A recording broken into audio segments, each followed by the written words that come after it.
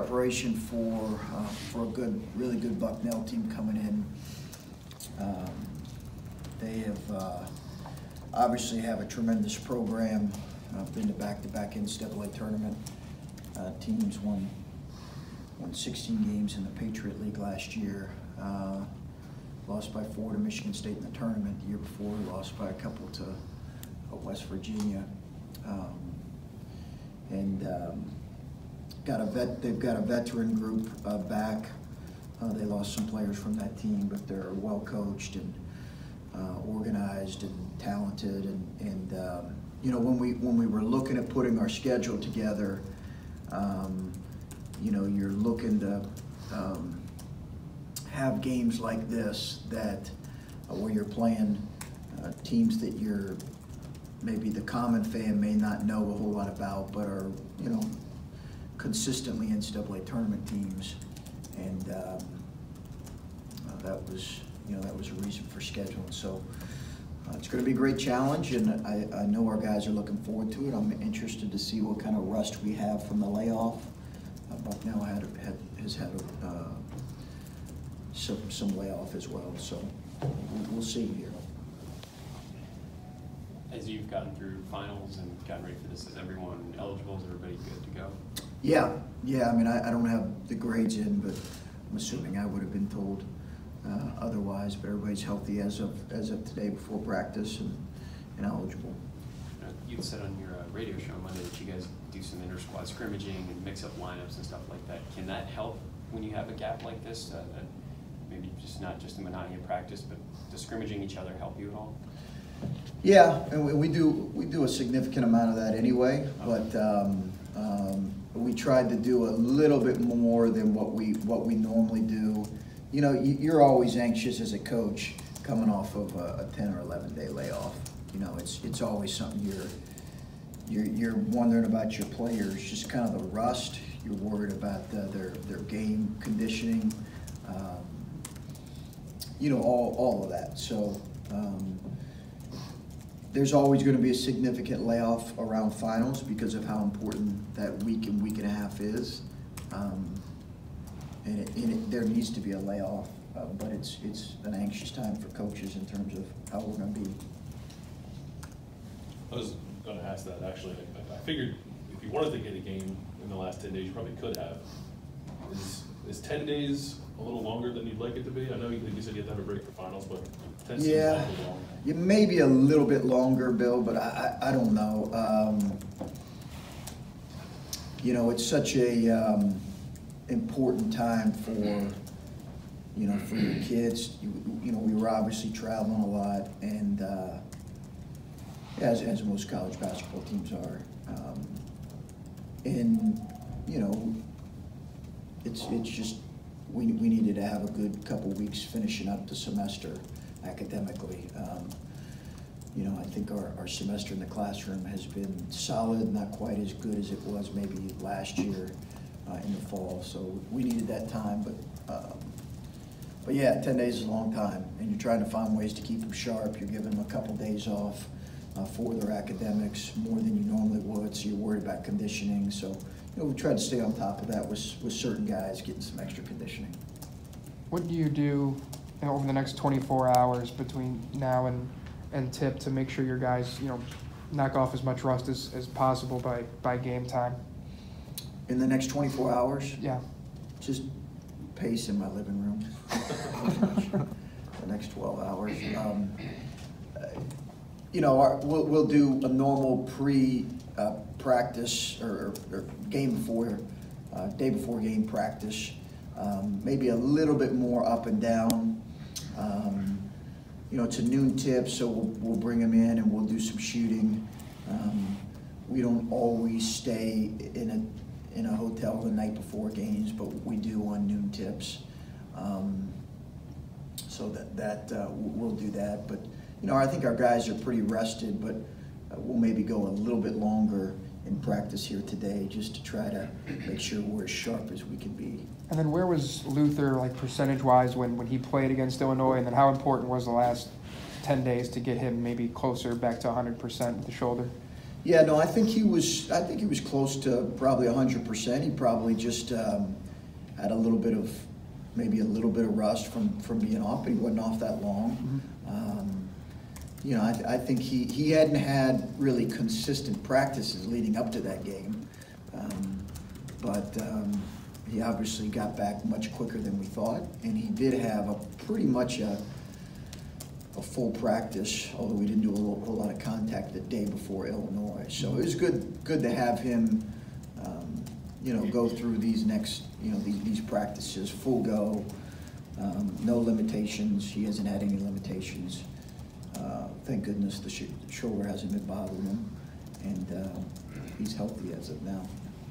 This stretch, I think 34 days, you're only playing 4 games, just beyond the 10 days. Just is this a byproduct of stacking so many games in November and you're out of games to schedule for December? I don't know, just how do you manage that, I guess? Yeah, I think it's just the way the schedule has been set with. You know, you obviously have Christmas. I think everybody's got probably a condensed early November, you know, or the month of November, a pretty condensed schedule, and then early December, and then there's some gaps in between games. So, you know, we're trying as much as we can to, you know, improve in practice, and we'll certainly improve through these experiences of games. But you know, based on my years, this is fairly common. It's not always common to have a 10-day layoff, but it's usually a pretty significant gap. And then around Christmas, because of the holiday, you know, you're just not playing as many games. So we're doing what our players love, and that's called two-a-days once Christmas break comes back around. So I'm sure they're looking forward to that. You only have to look at like Villanova, the defending champions. They've already been bumped off by a couple of mid-major teams in the early season. Is that something you tell your guys that, hey, you know, their uniform says Bucknell, but it may as well read Michigan or Michigan State? I mean, that's a danger level. Yeah, I think they're a legitimate high major caliber team for sure. And in all honesty, when you just look at, I mean, they were up 15 on Maryland last year, and Maryland won by 2 at Maryland. You know, I think, listen, you know, they know that they've had tournament success in their league. I think they know how capable, but you're right, you know, your players understand that and they follow that. And I think the whole monikers that we put around teams nowadays, I don't know how true to form they are, to be real honest with you. I mean, there are really quality programs, and maybe there are programs that are in different stages of their development. This is very, very much a quality program that's going to have another great year, and that will need to play well to win. There's no question about it. Can I throw in just one last thing? As I look back at the Illinois game, you got some clutch shots. I think Muhammad hit a three-pointer, Woods hit a three-pointer, and he also dumped it down to Young for a layup that were all big baskets. Just do you feel like maybe there's a clutch gene that's being built into this team that can, when you get to that point of the game, some guys are going to be capable of stepping up? And first of all, I don't know that I'd have picked that for your ringtone. It's not my ringtone. Oh, okay. I was just going to say how impressed I was. You know, you have certain ideas of what people's ringtones would be. I've got it on all of you guys, and I don't know if I'd have picked that one. I'm sorry, I got distracted. Just clutch shots. You guys hit several of them. I mean, that crossover Muhammad had, he beat the shot clock, and Woods hit a big three. Just, you feel like when you get to tough moments in games, they're starting to show you that, hey, we can hit the clutch shot to get over the hump. Yeah, you know, players win games, and I've you know, I really believe that, and both in terms of how they lead, how composed they are in those moments, and in the plays that they make. Players win games, and those guys stepped up in those moments and made plays. And I think we know we are going to be in a lot of really close games this year, a lot of games that are going to come down to the last really 4 or 5 minutes. And, you know, your players are going to win those games. And, you know, our guys have done that, and we'll continue to get tested here moving forward, I'm sure, and hopefully we can answer the bell. What's important for this team in those final few minutes in a close game, this specific team, to do well, to win? You know, I think play with poise and confidence. I think that is as much as anything. And then you gotta, I think in close games, you have to be committed to just kind of staying in the moment and not getting outside of, you know,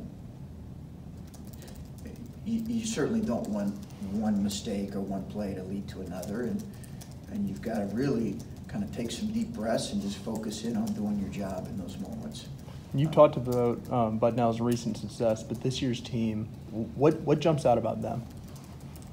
Well, they're what you'd expect in a really good program, in that each year they have young guys that you're like, whoa, where did that kid come from, and where did that kid come from? And their player development has been very good, their recruiting has been very good.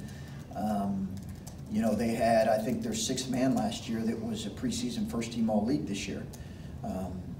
And, you know, they've lost 3 games, but 2 of them have been without their leading scorer, 2 of their losses. So, again, I think they're going to have another very good year. I just think it's what you see with really quality programs is they graduate good players, and yet, you know, because of their recruiting success, you have more, you know, guys step into new roles. And then one last one. This 10-day stretch allows you to get on the road to recruit as well. So when you look at where you stand with the 2020 class, how do you feel with that right now? I think we have work to do, but I feel good, but we've got a lot of work to do. You know, we've got a lot of work to do, you know, with our current team, and we've got a lot of work to do in terms of recruiting in the 20 and 21 class. You know, I feel like we've built some good relationships, but you know, we'll know here in the next several months what comes of that. And I feel good about what our staff have done in terms of relationships. We just got some work to do to finish the task. Chris, you've mentioned several times what Bucknell did last year, but are we starting to get to the point of the season where you're not reviewing last year's game tape?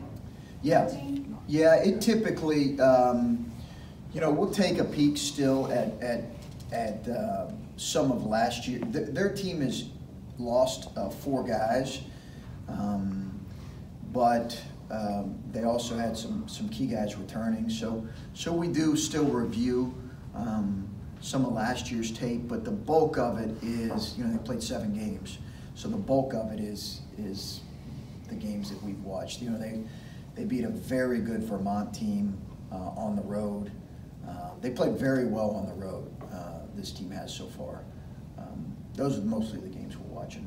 After the Minnesota game, you talked about how your older players have done such a good job of getting your younger players ready for Big Ten fight. It kind of makes me wonder where you stand from a leadership standpoint and how crucial that is when you're making sort of this other adjustment that we talked about earlier, going to a team that doesn't have the name recognition of a Cincinnati or the familiarity of a conference opponent, but yet is a quality opponent. I think that was a real testament to last year's team, that our guys understood, maybe from prior years' experience with Jay Sean and Cater. They really understood how capable teams are, and they communicated that to the other guys. I think our returning guys have done a good job of that up to this point, but I'm anxious to see how we finish our non-conference slate. And you know, you're not ever concerned about your guys in terms of certain games, their preparation for certain games. But I do think we have had good leadership when it comes to that, Lori. But I'm anxious to see how we respond tomorrow and in the coming days. That'll be the real testament. Chris, I know you're about to play your 10th game, but you've played some pretty good offensive teams, and at the moment your defensive efficiency is better than it was last year. I think your effective field goal percentage against is top 10 in the country.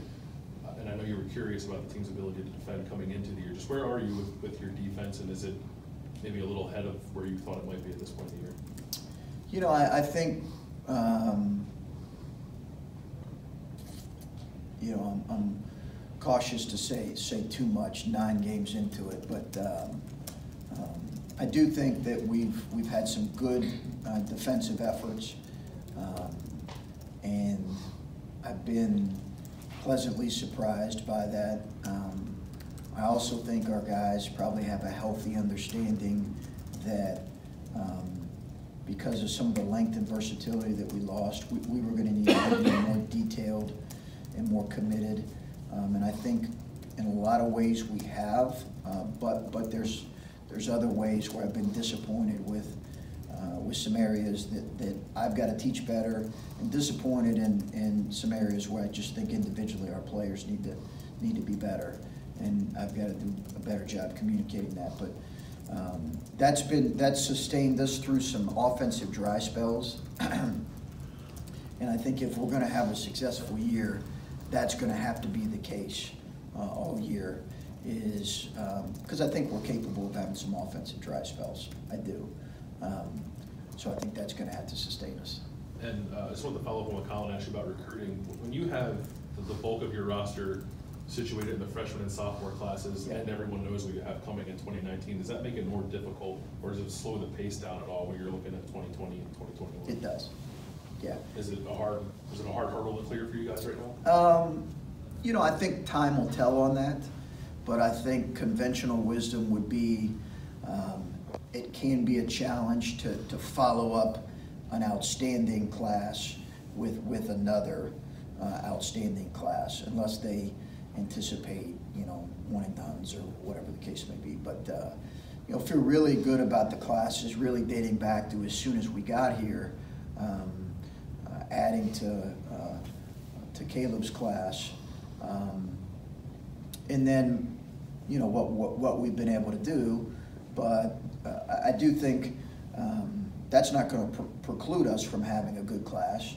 Are there some conversations that need to happen and maybe some additional challenges? Sure, but that's better than the alternative.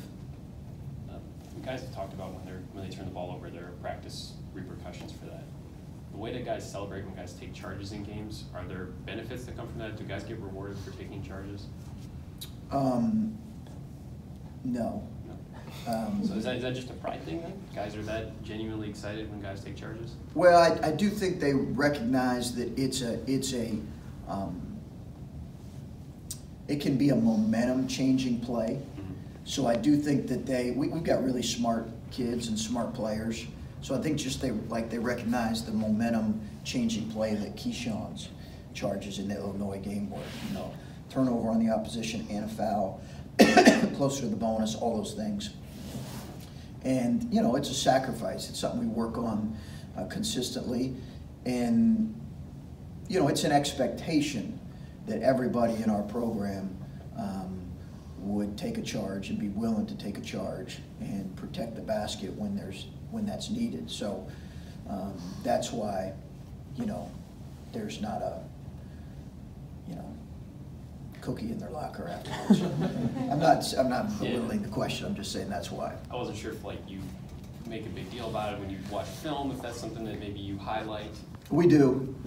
Yeah, we do. Just because you're sacrificing your body, and you know, Caleb had a great charge in the Minnesota game. It's harder for big guys, and I think Jay's taken a charge.